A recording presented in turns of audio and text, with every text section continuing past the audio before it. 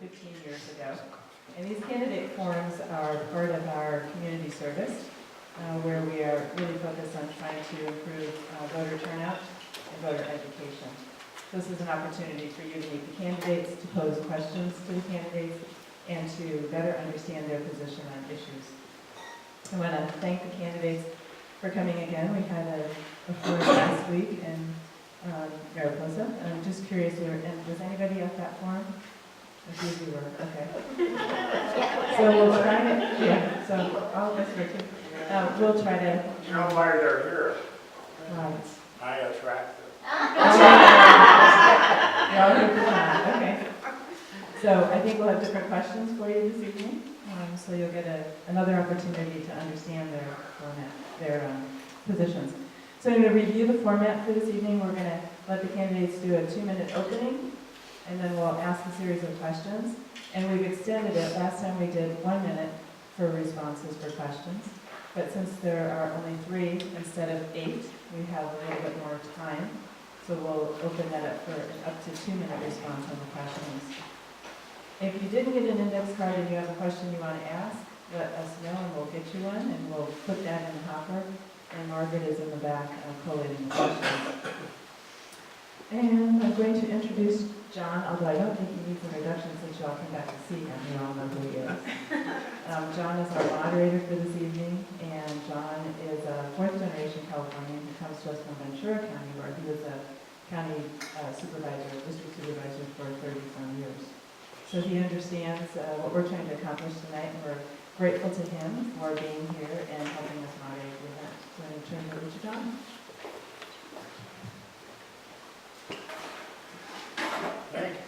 Thank you, excuse me, Sandy. We're going to do things a little differently here tonight. You notice we have some cakes of beer. Now we're going to be more emphasis on each candidate kind of have a couple.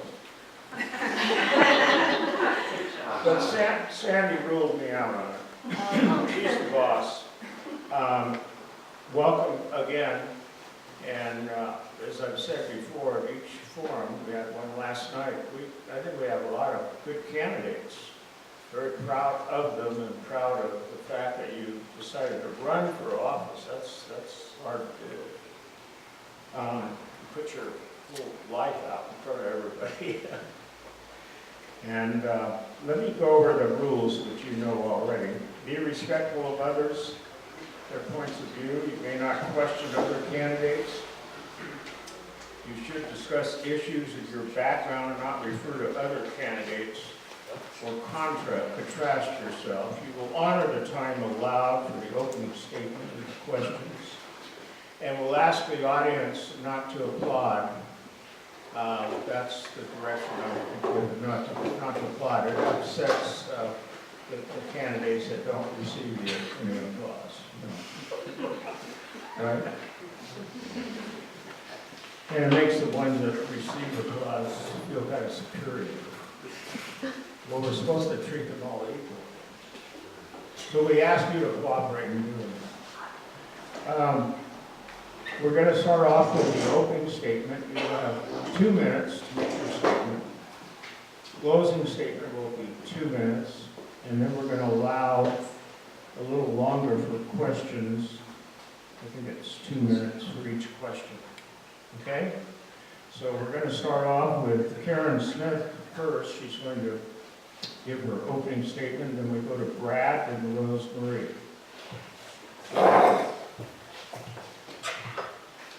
Thank you very much. Thank you all for coming. I know several of you, some of you I don't know, so I'm Karen Smith. I'm running for supervisor. I want to thank AAUW for putting this on. So I wanted to start out saying that El Portal is really unique and a wonderful place. I'm an outsider, but coming into the town hall meetings, it's been really interesting to watch how wonderful that you all work together. If you see a need, you fix it, and I just wish that the Board of Supervisors could work the same way, because you guys really rock. It's just amazing to watch.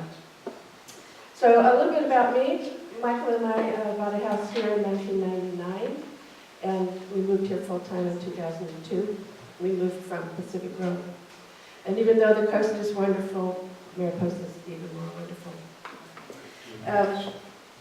My background work encompasses, started out young, working for the military in the Pentagon, went to Monterey, worked in the International Marketing Company, ended up working for the Defense Language Institute, the Naval Postgraduate School, and the School of Aviation Safety. And then I went back to private business, and I worked for a software company that did database management for universities or huge companies, anybody that got like 5,000 applications. So we did database management. I'm involved a lot with different charities. I'm talking too slow. So I'm involved with a lot of charities. I've worked for the county. I worked for the county as a volunteer, so I know the county, how it works, and the department head, and pretty much how it operates. So I have a lot of experience with that. I know everybody, so it would be coming in and it wouldn't be starting over again. I just used to walk right in and be working with people that I have worked in the past. And stuff like that. Brad is going to be next. Hello? Brad is next. Oh, I'm sorry.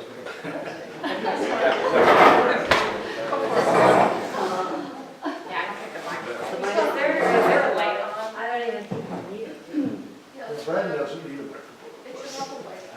It didn't like me last time. So don't press the button. Is there a button? Yeah, don't press the button. Don't press the button. It's easy, it's a bad button. Good evening, and welcome. I'm glad to see smiling faces here, and hopefully we can have some fun tonight. Anyway, I'm here tonight because I'm running for re-election, and I really enjoyed my term before. My thing with the park started in 1953 when my brother brought me up here, and then when I graduated, I was a junior in high school, then I graduated from high school, and we celebrated by coming up to the park, and again and again, my wife and I were married 31 years ago in the chapel, and when I retired, and I'm retired now, it's age 77, anyway, we were coming up here, and here we are. We have Yosemite Ranch, believe it or not. That name was available and registered with the state right in Mid-Pines, raising horses, cattle, and 3 children. So it's been an adventure so far, and hopefully it will continue. Anyway, it's really been I'll get into it a little bit towards the end, but anyway. I don't believe that his finger touched that button. The battery might just be going out. I'm way down on sabotage. Okay. You cycle the button in, or? Anyway, you can hear me. Yeah. I came on board for the because of the sheriff's deputies leaving and other things in '06. And it was quite an adventure. I was working after elected in June all the way up to when I took office officially, and we got all our deputies back. There were 22 of them that had gone into the valley because of lack of pay, proper pay, and such. That was the trigger for that. And 3, 2, 1. Thank you very much. Rosemary is going to either stand or sit. There you go, right. I wouldn't fit Does it make sense to even try? No. They can hear you. Okay, thank you all for coming this evening. My name is Rosemary Smallcomb. I'm running for District 1 Supervisor. And I would like to start with a quote from John Muir. When we try to pick out anything by itself, we find it hitched to everything else in the universe. I think many of you know that quote quite well. The underlying concept is one that my father taught me when I was a kid in Colorado, and it's a concept that has guided me all my life. I started recycling when I was 19 years old, about 2 years ago, I think, and I've done it ever since. And I have, my husband and I bought the first hybrid car that we could, then we bought a second hybrid car, and now we have an electric car. We built as green a home as we possibly could when we built our home in Mariposa. And after we completed the work on our house, we joined Mariposans for the Environment and Responsible Government to work to protect the Merced River. And in that context, we worked on we went to every MRP workshop that the Park Service held. We tried to provide constructive comments, constructive comments so that we could help the Park Service bring the effort to a close. We also I have worked very hard to protect the wild and scenic status of the Merced River. There are flyers back there that will be familiar to many of you from past spring flames. I believe in service to community and representative democracy. That's why I'm running for supervisor. I believe in quality education for every child. I benefited from that. I think other children should as well. And I spent my professional life solving problems for high-tech companies by bringing people together and by understanding laws and regulations. Those are skills that I think would benefit Mariposa County. Thank you.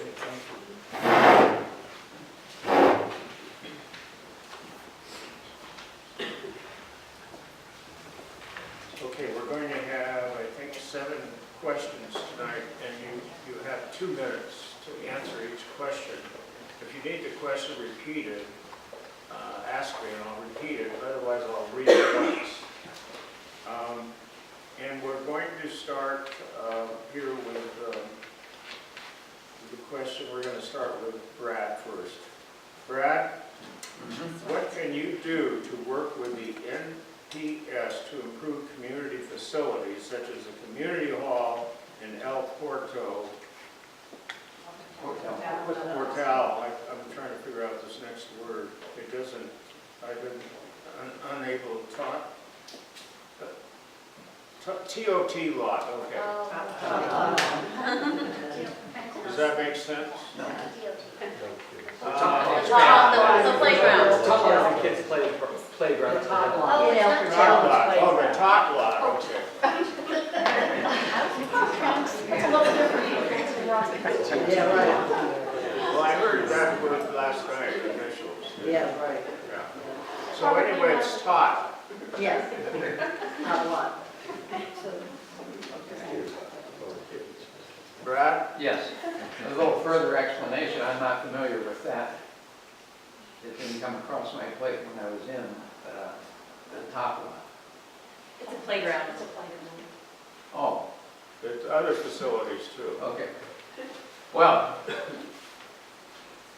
we have the playground, unless it disappeared, but what I would be very interested in talking to everyone that has children or not, as far as what we need, and I say we, here on the playground, to make it more accessible and also more enjoyable by the children and the young adults, if it's designed to take it up age-wise. If not, then for the children, of course. So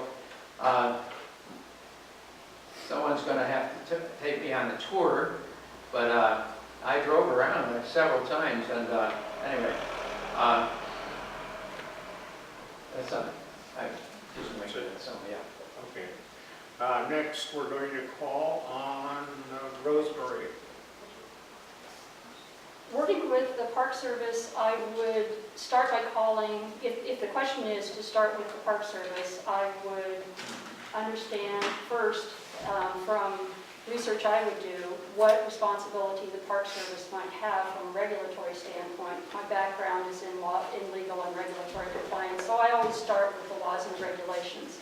But then I'd go to probably Don Newbacher and get a referral to an appropriate person within the Park Service. Find out what responsibilities he sees and what budget he might have available to improve these facilities. Meet with community members here to find out what improvements they would like to see or believe are necessary, and then call a meeting to work through what can be done, and develop a plan to improve the facility, and then make sure that it's properly implemented. Can you read the question again, because it talks about feelings in the first. Okay, here it goes. What can you do to work with the NPS to improve community facilities such as the community hall and the El Portal lot, top lot? Okay, as far as I know, there's already a plan in place to do a new kitchen and bathrooms. It hadn't been done because of until the river plan was finalized, but I was told that there's a whole plan in place already to remodel this, and that is on the list of things. As far as the park, again, I would have to go see it. I'd have to find out exactly what the needs are. I'd start with the TPA meeting and see what the community wants. And if it's just that the equipment needs repairing, or if the whole thing needs to be redesigned, then I would start here and then go and work with the park. If it's something that the county parks and rec could get involved with, then I'd have to check with them and see if they would have any influence or any money to put in on board. I would have to start with the community and find out exactly what they need. Okay, is that it? We're going to take a really quick 2-minute break and set up the other audio because it's really hard to hear in the back, and we want you to be able to hear their answers. Okay? So 2 minutes. Second strike, first and second? There's no on and off switch here, so you can't turn it off. Brad, you're safe. Okay, I'm going to read the question. Testing, one, two. Do you plan to help our community take responsibility for climate change, and if so, how? I expected these good questions coming when I came up here. I would say yes to what level we can do that, which is a good question, not an answer. In the 4 years that I was in the position, I worked with many projects right here in town, and maybe you remember a few of those and such. I do. And anyway, if climate change is what we're talking about at the time, I would like to participate in that strongly, research it, do whatever, and bring the National Park Service and anybody else into it that has information on this. Now, if you watch some of the news, there's questions on that particular subject, and it would be interesting to get involved in that and try to determine if this is really a problem that we're facing or where we are on that. Besides that, at this point in time, the answer is yes. I would be very interested to get involved in that with the community and find out just exactly how it affects us here. And I'm just a little bit lower in altitude than you are here, but in mid-pine. So anyway, I would be very interested in that. Thank you. Okay. Rosemary Smallton. The way that, so is this working now? Yeah. It's just close to my mouth, I guess. Okay, so the way that I would address climate change in Mariposa is in terms of a project that my husband and I and several other citizens in the community are already engaged in, which is exploring the possibility of a biomass facility here in Mariposa County. And there are economic benefits to be derived from establishing a biomass facility here. There are also considerable climate change benefits to establishing a biomass facility here. The concept in the past with biomass facilities has been to combust the vegetative material at high temperature, and then the gases are used to create the electricity. The newer technology calls for the production of a product called biochar, which is a marketable product. It's currently being sold as a soil amendment in the Central Valley, and it sells for about $2 a pound. The facility, the half-megawatt biomass facility down there, is generating about a ton, or has the capacity to generate a ton of biochar a day. So the economics of the biomass facility are much more attractive than prior technologies. The attraction of the biochar is that, particularly if it's used as a soil amendment, it sequesters the carbon for hundreds, if not thousands of years. And that obviously is a critical element in reversing the climate change that we're currently experiencing. Karen Smith? Okay. So one thing in dealing with climate change is to prevent wildfires. When the Rim Fire burned, it increased the pollutants in the air tremendously. So if we do a diligent job in reducing the fuel around the county, all over the county, is a really big step. Plus it will help maintain and save homes and lives and protect the wildlife. So that's one way. Continue on with different things at the landfill. I do think a biomass plant would be good as long as it was in with private dollars and not with county dollars. The county is in no position at this time to do that. So there's several ways to do it, but I think really the one big issue that I would like to see is fuel reduction in the area, because that's something that we really need. We lost a cabin in the Rim Fire. The devastation was just incredible. When they had a Board of Supervisors meeting on Tuesday, they did a presentation and they had a picture of our neighbor's house burned down. And it was pretty emotional for me. I didn't realize it would be, but it was. So that was one big issue in my whole campaign, is reducing the fuel loads. Thank you. Okay, thank you, Brad.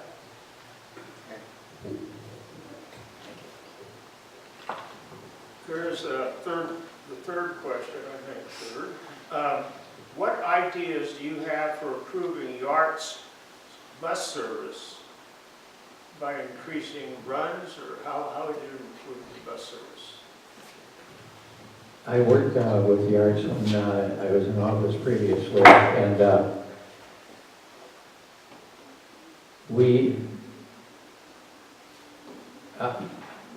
a number of counties were involved in the initiation of this. I was 10 years down when I was from the beginning when I took office, and anyway, a number of counties though, and over on the south side primarily, did not want to participate in this, and then there's been interest in it, and whether we go there or not, that would be on the 41 corridor, and it's kind of interesting, but we added buses, we added more drivers and such, and I think we have a real good team going there now, and the schedule changes to meet the number of visitors and such coming to the park, but the arts connects to the airports and such, and really provides a transportation from those that come from out of the country here. And I think another part of it is, which is important too, is taking some of the pressure off the vehicles in the park itself without eliminating the private automobiles. I'm hoping I don't see that day, but there's just so much to see in the park, and it's just wonderful, and YARTS provides a very, very important aspect of transportation to and from and such. So I love YARTS.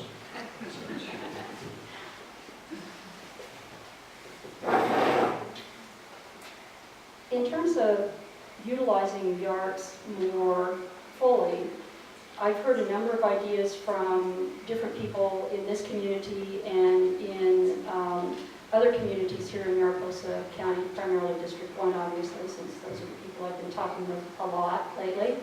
But as far as YARTS is concerned, what I would like to see is an analysis of ridership and the timing of the ridership, the levels of ridership, to see if there are ways that we can utilize YARTS through some sort of contribution, for example, for DNC employees to utilize yards to get into Mariposa when they need services. And then also, as supervisor, one of my objectives is to develop a stronger relationship with the school district. I have a master's in education, and as I mentioned earlier, I'm passionate about education. I would like to see if there are ways that we can utilize yards to move kids back and forth from the schools here in the valley to Mariposa and the return trip. So there are several ideas. Obviously, I need to do some data collection and have some discussions with yards as well as the Park Service, DNC, and the school district. But we certainly should explore the possibility to better utilize yards. Thank you, Karen. I know that El Portal, some people in the community would like the yards bus to come actually into the community rather than drop people off on the highway. And so that's one thing that could be looked at. Talking to Dick Whittington, about 30 to 35% of the ridership is park employees, DNC are park employees. So there is a good ridership, and they do subsidize their tickets, the cost of their tickets. To increase the number of runs probably would mean have to increase the price of the tickets. So that would have to be something to look at. Dick Whittington from Yards has said that we are talking about actually increasing the price of the tickets to cover costs. So, but yes, it would have to be looked at. The ridership would have to be examined, the times of day. The Yards also, their schedule hooks in with the train down in Merced and the buses. So that that's a really important thing, and that drives the time of day and night that they pick up people and move them around. So that's what I'm doing. Thank you, Brad. You're up again. Let me read the question to you, Brad. With the Ferguson rock shed due to begin soon, what idea do you have to protect the safety of Do you have to protect the safety of residents and tourists? Well, we're going to be making a tunnel, and this is going to be rather interesting. That's the latest I have on it. And I'm wondering, with that said and done, if there is a chance of a temporary road bypassing more of it. There's questions that you really have to talk to the construction group on that, and also I imagine the Park Service is involved in it, and forestry for sure. But anyway, they have different safety items that they do to protect people from having like a tunnel collapse and things like that. So I think it's going to be a very safe construction project, because it has to be done that way. If you're knocking people off, it's not good. And I don't mean to be crass on this, but that's what it really boils down to on this particular question. So let's hope, maybe pray a bit that everything goes smoothly when this happens.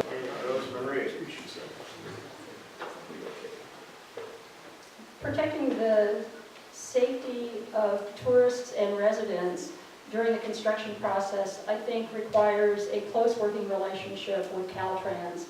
The Board of Supervisors, I suspect Lee, I know Lee is already in consultation with Caltrans, but clearly we as a county, the governing body of the county, should be requiring that Caltrans put forward plans that assure the residents and the government of Mariposa County that the processes and procedures that they will use will minimize the risk to tourists and to residents.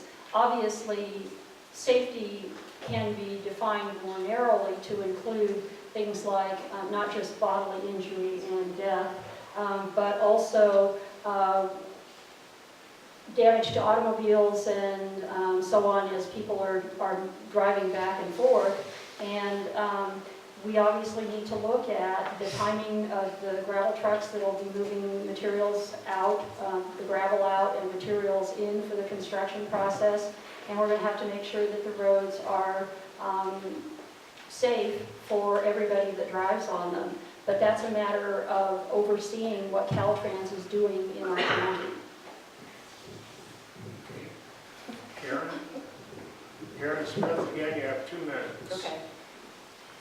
So today I talked to the Highway Patrol, to Sergeant Chris Michael, to find out if they had a plan, if they had been working with Caltrans to see if they were going to beef up their presence along the highway. And I was told at this point Caltrans doesn't really have a plan that they're sharing with the Highway Patrol. But that is one thing that there would be more, maybe CHP patrolling. They're going to have to set up cell phone towers in the canyon, because there's no way they can do a project like that without any cell service. So I'm hoping that we can wrangle it so that the cell phone towers stay, because it would be a great addition to the area, because it's a really safety hazard not to have cell service in the canyon. So again, it would be the Board of Supervisors working with Caltrans, working with the Highway Patrol. A lot of the trucks will be going upriver and deposit the gravel and material on there's an old site, so that then when the rock shed is done, they can move it back. So they won't be hauling it as far as originally planned. And there will be some slowdown. They're not projecting any road closures, but we really won't know what's going to happen until the project starts. Okay, thank you. I'm going to read the question. Do you have concerns regarding the listing of the mountain yellow frog and the Yosemite toad as endangered species? As an endangered species on each of the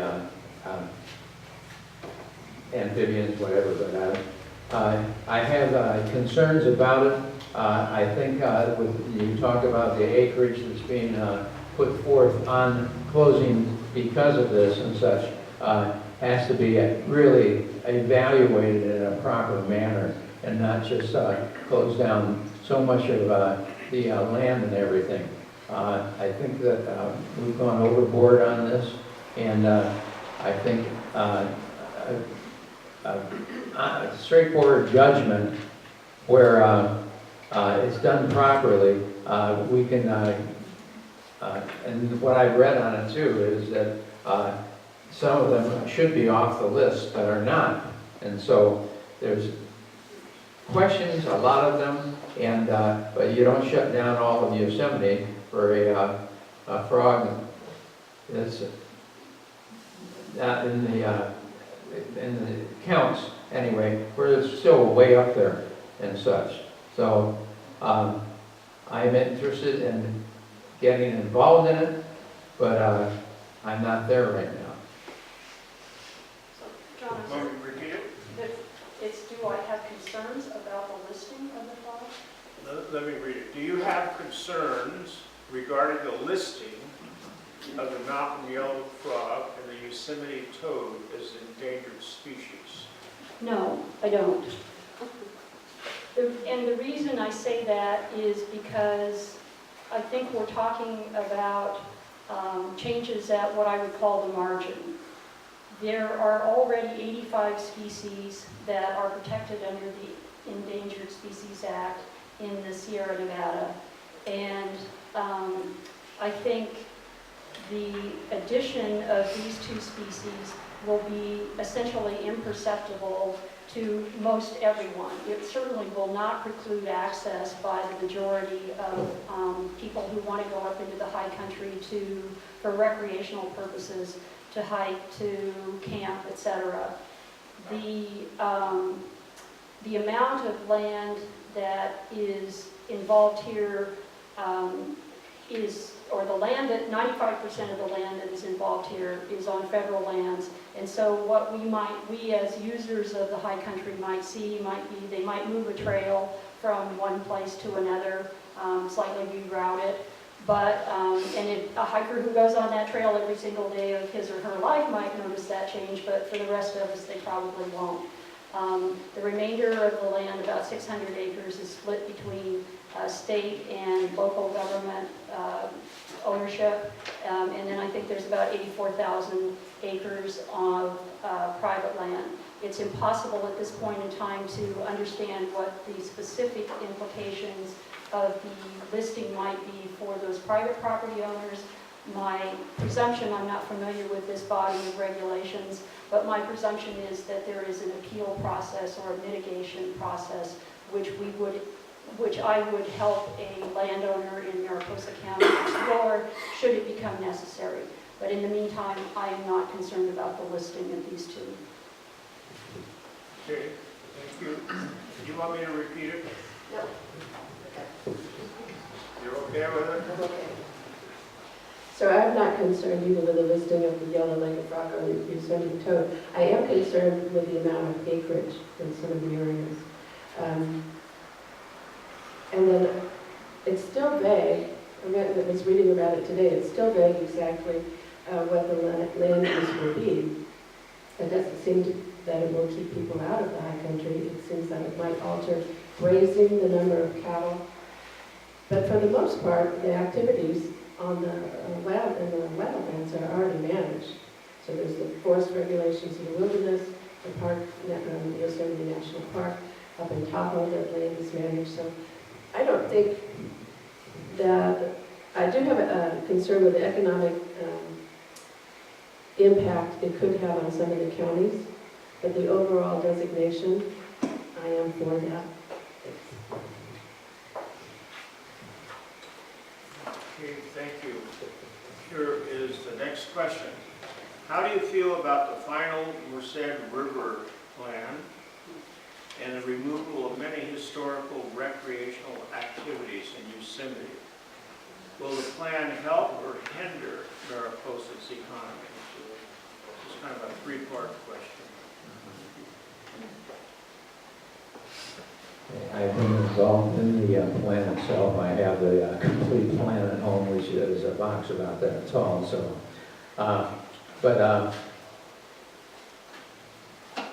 I see, and this is coming from the community now too.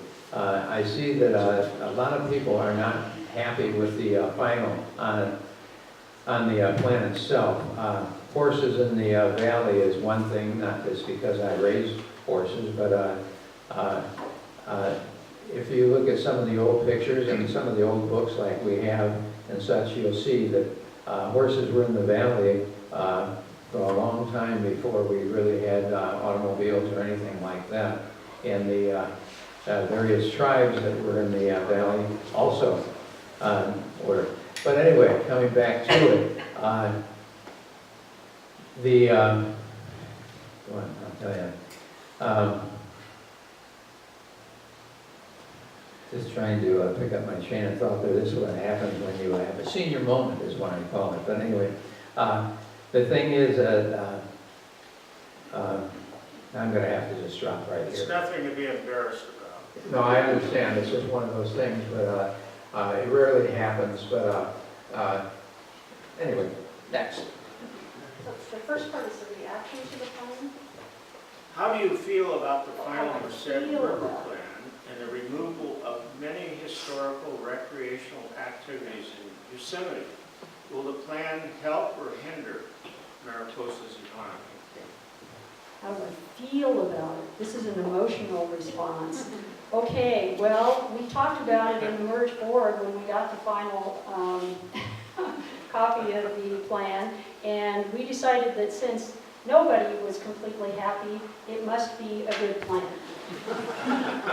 My feeling about the plan personally is, obviously, I would have liked to, well, not obviously necessarily, but given my environmental bent, I suppose, I would like to have seen more restoration, more emphasis on restoration. But as I said, I think it is a good plan. There is a lot of effort, as everybody in this room knows, that has gone into that plan, and I believe it is the best practical resolution that we could hope for in the current environment. As far as the recreational activities are concerned, the only recreational activity that I know that is changing is the commercial hiring of horses out of the valley. My understanding is that private horsemen can still ride through the valley on their own horses. As far as other amenities that might be removed from the park, I think there's a trinket shop, and I actually don't know what happened with the snack stand at Happy Isles. But I don't have a strong feeling about that one. As far as the economic impacts, my understanding based on the numbers that I have seen from the Park Service suggests that when the changes are made, specifically with respect to traffic, pedestrian conflicts, that the numbers of people the capacity of the park will go up by 15 to 18% depending on the base that you use. Okay, you want me to repeat it? No, I think I'm all right. I'll just make it up. So I'm really happy that the plan has been adopted and that everybody's moving forward. So the first thing, I think that's really important. There are concessions on both sides. The one thing that I think may be a problem economically to the county is if they started enforcing the one-day use, the limit the number of people where you can only go for one day. That could have an impact for tourists traveling. But as far as the recreation, I think it's pretty much the same. Right? As far as I can tell, the only thing is that the day for the horseback rides have now been switched up to Wawona. So economically too, it will affect El Portal in trying to remodel their homes, things like that. That's going to be an issue for the people that live here. It might hit you in the pocketbook as far as fees for the building department. But planning and building are ready and willing to work with you. If you're going to do a remodel inside your house, it's not going to be a problem. But if you wanted to add rooms, then there might be issues with setbacks and all. But that's one thing that they said that they would be happy to work with people and try and figure out how to do it. So economically, that might be something that affects the little town of Old El Portal. But as far as recreation, going back to that, I don't think it will make an impact when people will not come to Yosemite. I don't think the river plan is going to change that really at all. Okay, this time we're going to start with Rosemary as first up, and that's okay with you, right? Let me read the question. It's kind of it's a complicated issue, so I'm willing to read it each time each of you speak. Would you be willing to help our community move in the direction of food sovereignty by supporting local sustainable agriculture and small business entrepreneurs providing fresh and healthy food? If so, how do you see yourself supporting these types of endeavors? I'll repeat it. Okay? I'm sorry? Would you want me to repeat it? No, I just need a minute to think about it. Food sovereignty. Who wrote this question?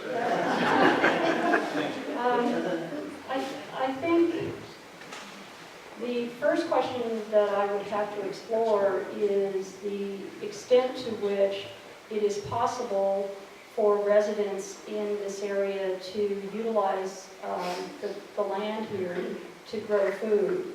If we're talking about land that you are currently inhabiting that belongs to the Park Service, I would assume that the Park Service would not have a problem with you having a vegetable patch in your backyard, but I don't know that for sure.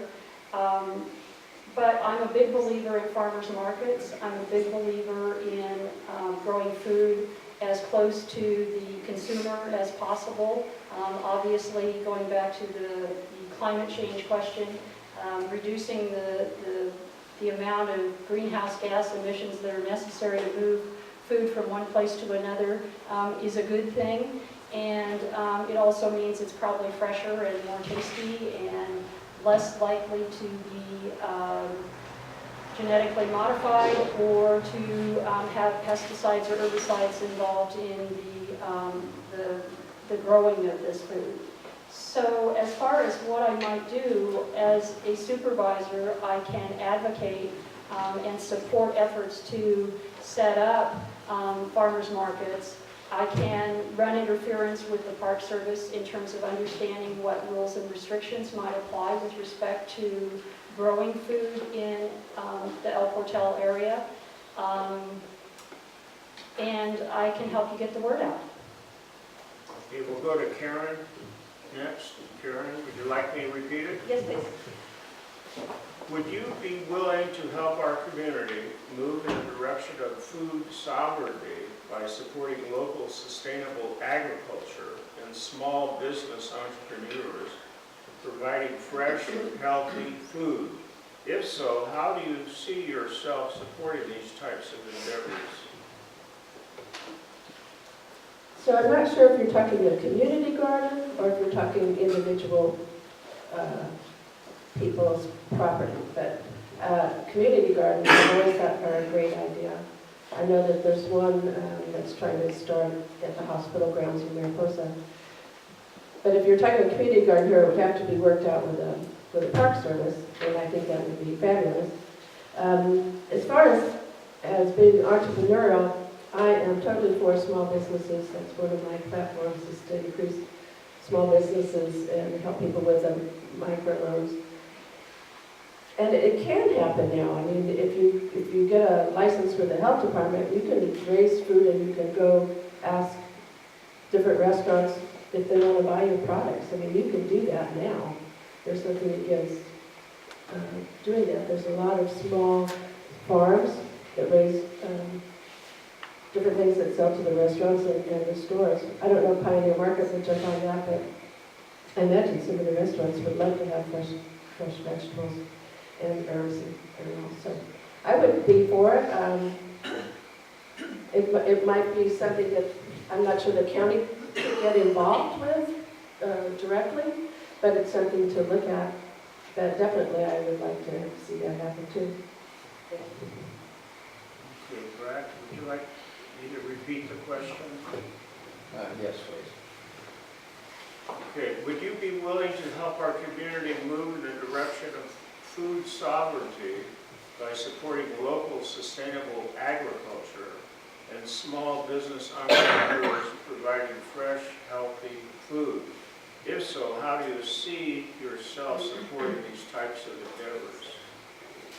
I think the first thing would be is where do you want to go with the food once you do it, and then making a decision of what foods would be grown here and would grow here.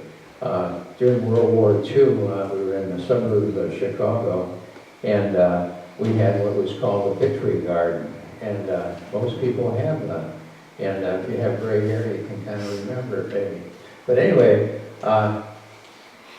it starts with seeds for the most part. You aren't going to do transplants. I don't think that's economically feasible, but perhaps there'd be a lot of experimentation because not too many people are doing this today.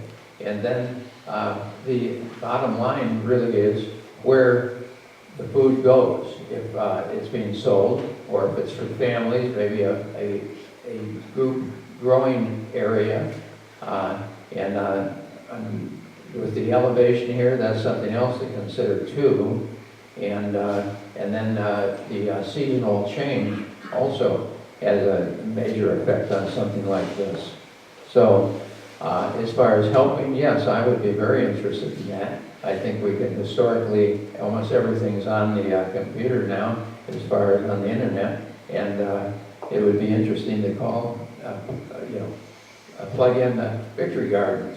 So that's something to think about when I go home tonight. But anyway, it's an interesting concept. Whether it would be successful or not can only be proven by doing it. Thank you.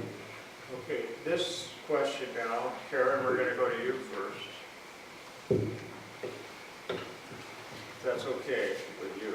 As long as it's not Harvard. How can we keep Mariposa's traditions while facing the need for meaningful job growth? Okay. Everybody loves it here because it's a beautiful place to live. We have a lot of open space. So my plan is to try and develop more home-based businesses because the small businesses are really the backbone of rural counties. And there are a lot of home-based businesses at this point, but we'd like to reach out and try and work with young people coming back to the community after going to school, getting them to start businesses, work with the county with the microhome program because it's a great program. And actually do a work where you play kind of program and have a whole plan to actually go out and reach out towards small companies to see if they would be interested in moving here. So I'd also like to have a closer relationship with UC Merced. There's a lot of opportunities there for the county to get more involved. They have programs up in the park, and I would like to get more of the professors, maybe have a satellite station here in the county of Mariposa town, maybe in different, in El Portal, I don't know. But I want to get more involved with UC Merced because I think that will open the door to job growth for the whole county. The other things is we need broadband to really attract more companies. So we're working on that to try and get a better broadband going here in the county. And I'm on the Central Sierra Economic Development District, and a member of that, and work with the EDC. So we are trying to figure out ways that the kinds of companies that have been targeted are the arts, technology, light manufacturing, and then visitor services. And those are the types of business that I would go after with a program. Thanks. Okay, we're ready. Thank you. We're going to go back to Brad. Now you're going to be first. Brad, here is the question. How would you balance the responsibilities and obligations of the supervisor's position with your own private business and professional activities? That's a different question. He gets the other question. Wait a minute. You didn't answer the last question yet. Oh, you didn't answer that. No. Oh, how can we keep That's fine. Mariposa's traditions while facing the need for many meaningful job growth here?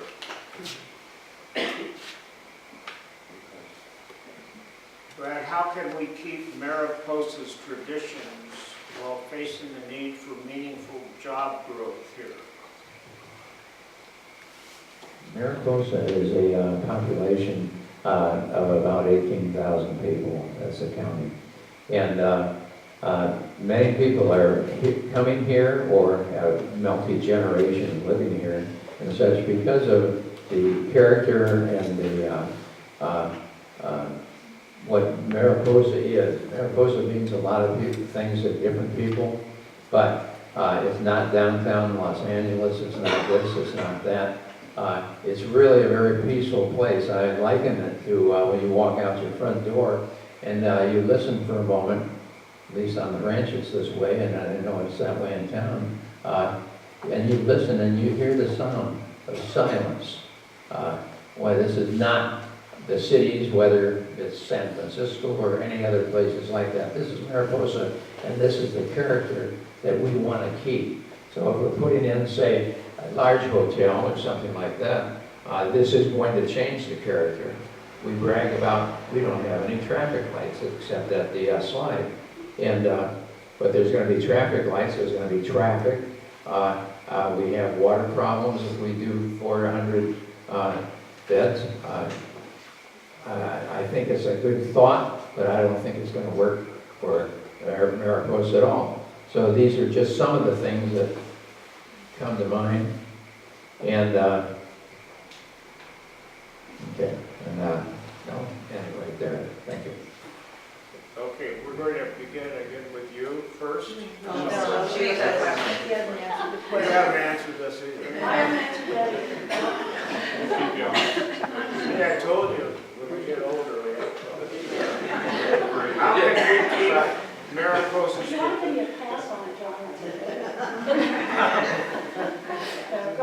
You want me to change the wording?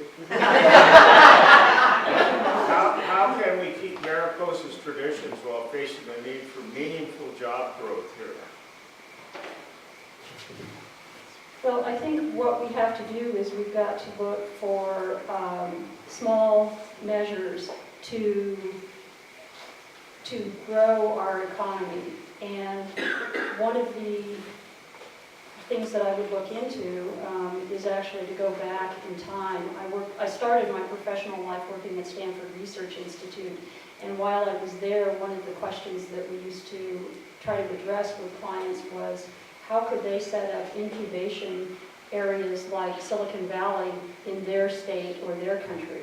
So I'd probably go back and revisit some of that research and then see if it's been updated to see how we might utilize some of the ideas that are coming out of UC Merced. The biomass facility also is an opportunity to create jobs here in Mariposa County, preferably low-impact companies may be attracted to the low-cost electricity which would be generated by a biomass facility. And jobs would also be created through the biomass facility in order to supply the feedstock. So there would be jobs there that are consistent with what we're doing now, but hopefully on an accelerated schedule in order to keep the biomass facility running. I would also look at the entrepreneurs that we already have here in Mariposa County and help them.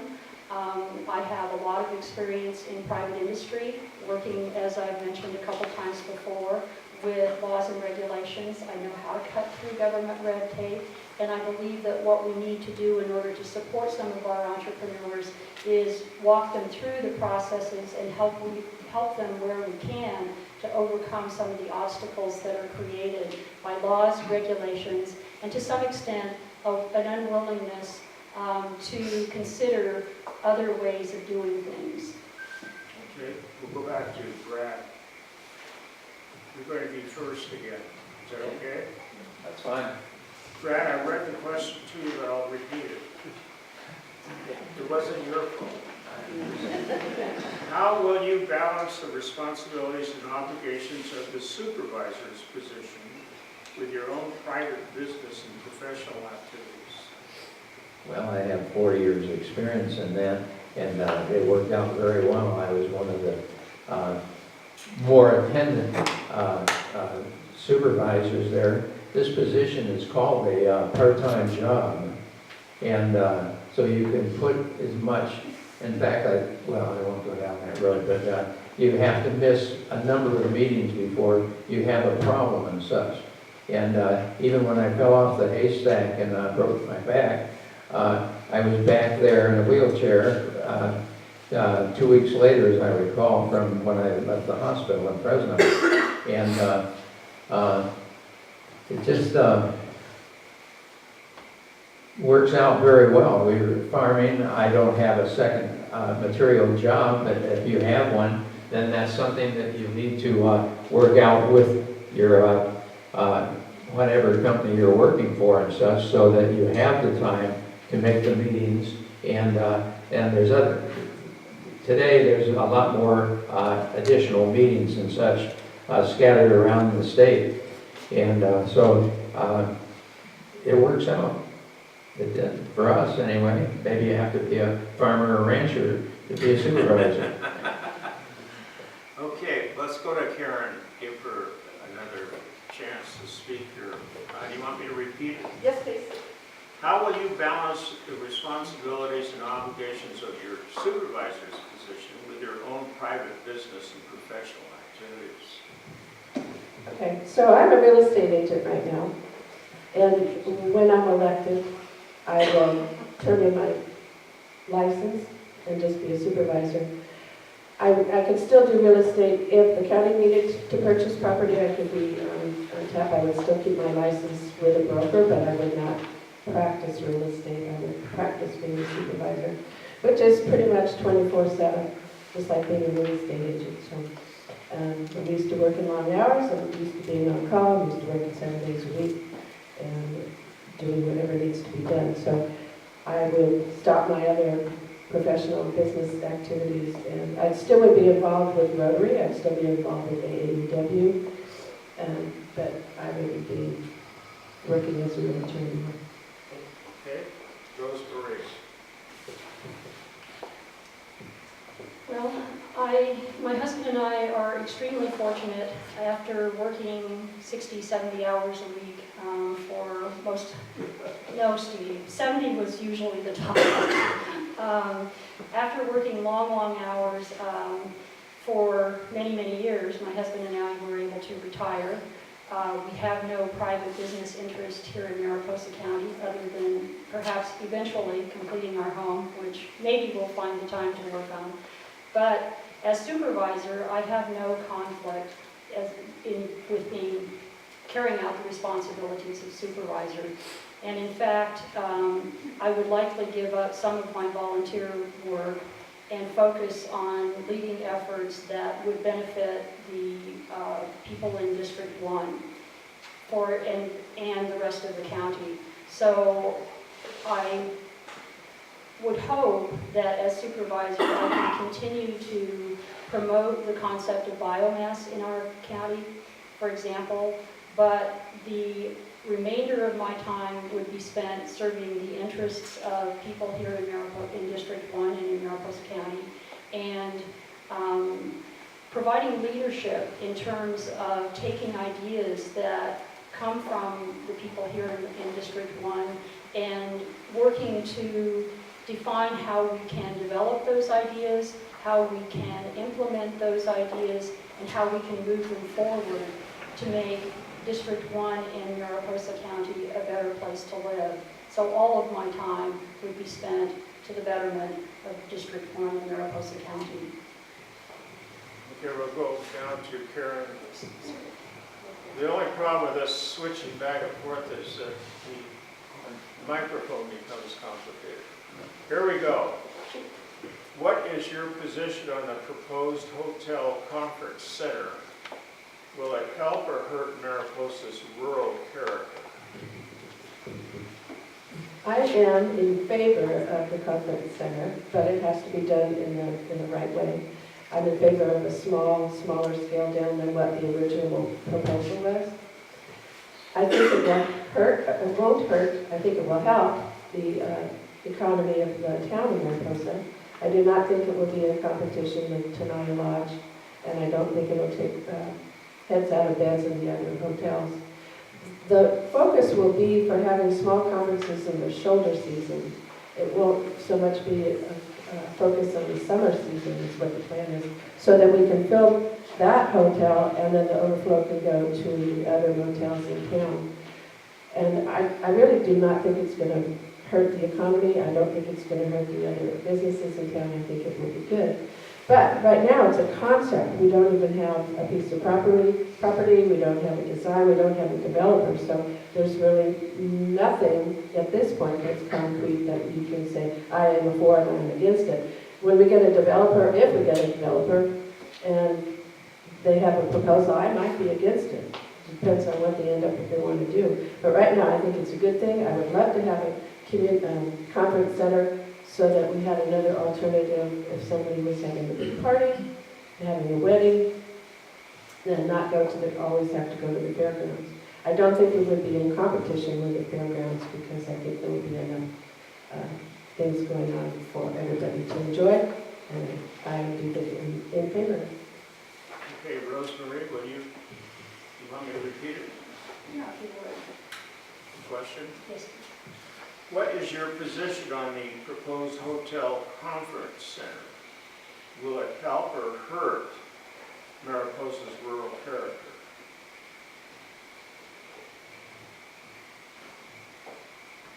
I feel that the hotel, it's an emotional response, but actually I've thought it through. I believe that the conference center hotel concept, while interesting to discuss, is premature for Mariposa County. I believe that we should look into expanding the attractiveness of bed and breakfast facilities, of smaller hotels and motels, That's more in keeping with who we are. It's also, I think, more in keeping with the experience that most tourists come to Mariposa to find. Any tourist can stay in a Sheraton or a Hilton or a Ramada Inn anywhere in the world, and they're all pretty much the same. But a bed and breakfast with someone, operated by someone here in Mariposa County who knows the area, is a much more rewarding experience, and it's something that people would travel to find. So, and I also believe that we should expand the capabilities of the facilities that we already have. For example, in Feaster Auditorium, they put in new seats, they put in a new lighting system, they put in a new audio system, projector, whatever, one of those other systems. And they're teaching the kids how to operate these, the lighting and the projection system, which is a good thing. I'm a big proponent of career technical education, and so to the extent that kids can pick up skills as part of their high school experience that they may be able to use to get a job later on, I'm in favor of it. I also believe that we should expand the capabilities of the fairground before we go to a conference center or hotel solution. Okay, Brad?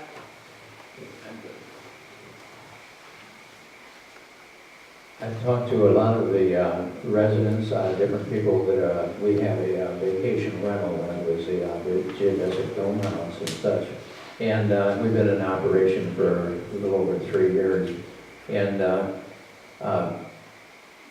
I'm flat against a hotel like this at all. This is going to change Mariposa County and the 140 corridor coming into Yosemite and do a considerable harm, let's put it that way. It's just so large. But anyway, from our standpoint, we'd probably be out of business as far as that goes when you have that many beds available. Other than, and this is what we experience, we have people come from Europe, Australia, different places, and what they want to do is see what a farm's like, or a ranch. And this is basically what you have when you have Dexter cattle, right where the dome house is and such. And it serves a dual purpose. The Telegraph Fire came in within 100 feet of that house, and we didn't want to lose it. And so we got the cattle.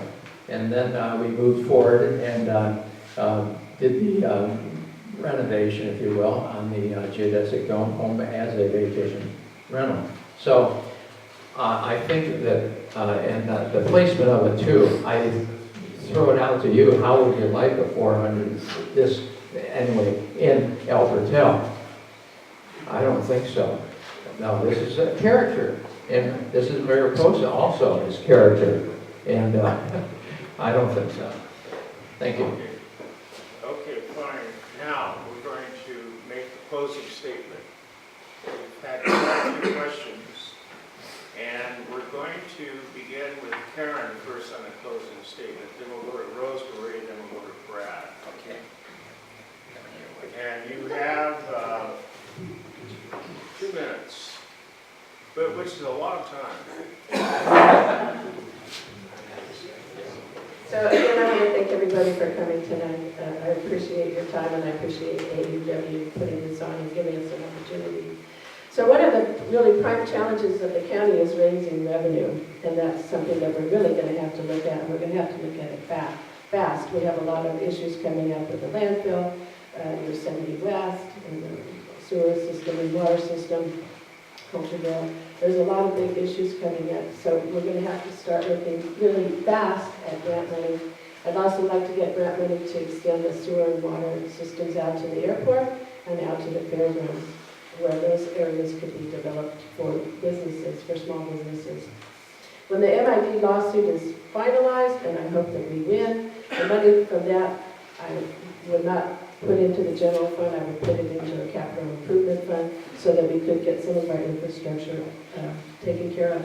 We can't really grow downtown area, which is where the most business logically would be, not up here. without the infrastructure. So again, broadband has to be developed and expanded. And we need to do economic growth away from tourism. Tourism will always be our bread and butter. The park will always be there, hopefully, for us. We depend on it, and we depend on the tourists. So we need to also develop businesses that are not tourist related to help offset that. For park closures, things like that, fires, when we lose too many. So I would work really hard to try and develop new businesses in the Mariposa County. I would like to develop my work where you play, and I would like to get the fuel reduction down. I want to protect the river and the open spaces, and I want to say no to any spillway enhancement. And I find local government really fascinating. I'm passionate about it. I would give it my whole, you might just looking at me like, yes, she already works 24/7, but thank you very much for this opportunity. Oh, and I'm endorsed by Lee Stelzen. Stand up. Oh, he's here. Okay. Can I give yours all over again? Yeah. Okay, thank you very much for coming this evening. I guess what I'd like to start by saying is that all my life, I've been committed to giving back to the communities that I've lived in. Since we came to Mariposa, we've been involved in a wide variety of things, starting with our neighbors in Jersey-Dale asking us to donate land for a fire station there. And we're still trying to donate that land, and if I'm supervisor, that's certainly one of the things that I hope to look into to see if we can actually make that happen. But I've also been involved in working to save the Ewing Wing at the hospital, and I have been involved in a group that is attempting to expand internet access in Mariposa. We're taking a small step in the downtown Mariposa area, but it's a first step, and there are more steps to follow. I've also been involved, as I mentioned earlier, in working on exploring the possibility of a biomass facility here in Mariposa, and that ties to the other major concern that I have of reducing the fire risk here through removal of vegetation. And as I said earlier, the economics of a biomass facility that generates biochar means that there is more money available to remove the vegetative feedstock from the forests. So that ties together along with increasing our grant writing capacity. There are a lot of folks here in Mariposa County who know how to write grants, who have experience. There are people who would like to learn how to do that. What I would like to do as supervisor, again, is to provide leadership in bringing these people together and getting them to communicate, to mentor one another, to exchange information, and to increase the probability that we will be successful in obtaining grants. I have a lot of business experience that I can bring to bear in terms of understanding laws and regulations and how they affect businesses, and I can bring that experience to the benefit of Mariposa County. I'd be honored if you'd vote for me on June 3rd. Thank you again for your time. You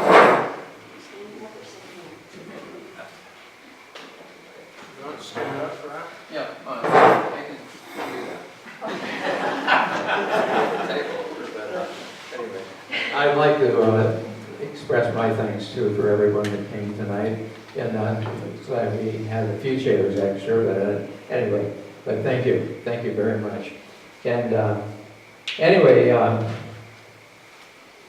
Yosemite is in my heart, and the surrounding community also. As I've learned more and more about what Mariposa is, what Yosemite is, and all that, this is why we moved here. We brought our children up. We're attending right through the school system and such, and we love the community as it is, with a little bit of variant on it and such. But I'm quite weary of what happened in Cathy's Valley, and there were 2 votes against the type of expansion, and we'll see what happens there.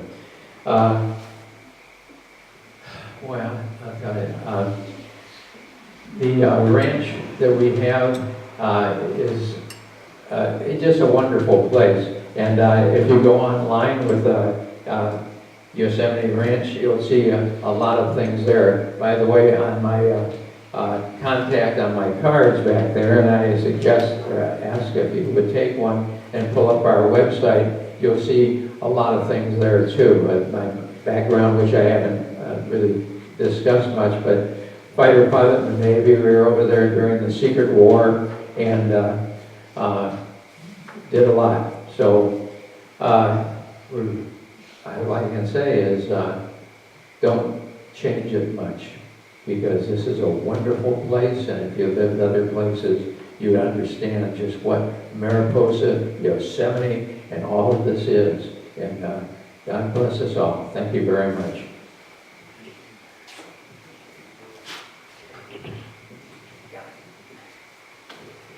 Okay, we're going to end the program. I'm going to ask Sandy to make some comments, and then I'll make some comments. Sandy, oh, you're going to have a picture. Do you want me in it? Cheers.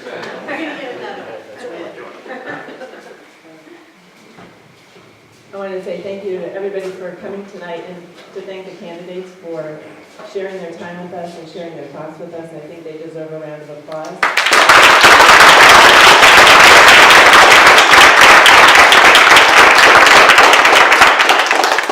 And I want to also thank John for being our moderator and keeping the tone light this evening and giving us some few moments of laughter along the way.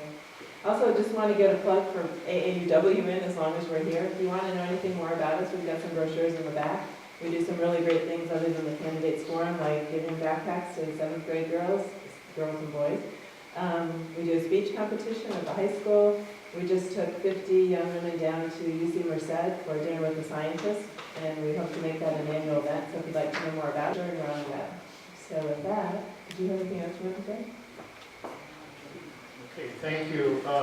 Each one of you is very impressive. I want to congratulate you again for running for this office. It's not an easy task to run for office. I know from experience. One thing I would suggest, when you do take pictures are being taken of you, always stand in the middle so you won't be cropped out. Thank you. Keep the photographer alive. Very true. It's been a wonderful experience. We've had 3 of these, and very civil organizations and people came here to discuss things and to listen to the candidates. So I want to congratulate you. You did a good job too. It's easy to handle a situation if you're the moderator, not to have to call the sheriff.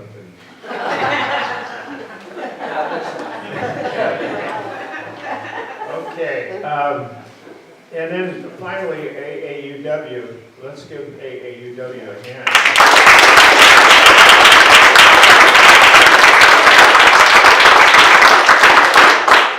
You know, they really spend a lot of time organizing this. It's not an easy venture. So my thanks to AAUW and to, especially to Sandy, because she organizes everything perfectly and kind of scolds me from time to time. So I'm going to end with that. Anyone want to make any final goodbyes? Merced River Flyers, please remember to call Diane Feinstein and Barbara Boxer's offices and tell them to not introduce a companion bill on the Merced River. Please. Okay, so you guys have time to chat with the candidates if you like, but let's start picking up the chairs.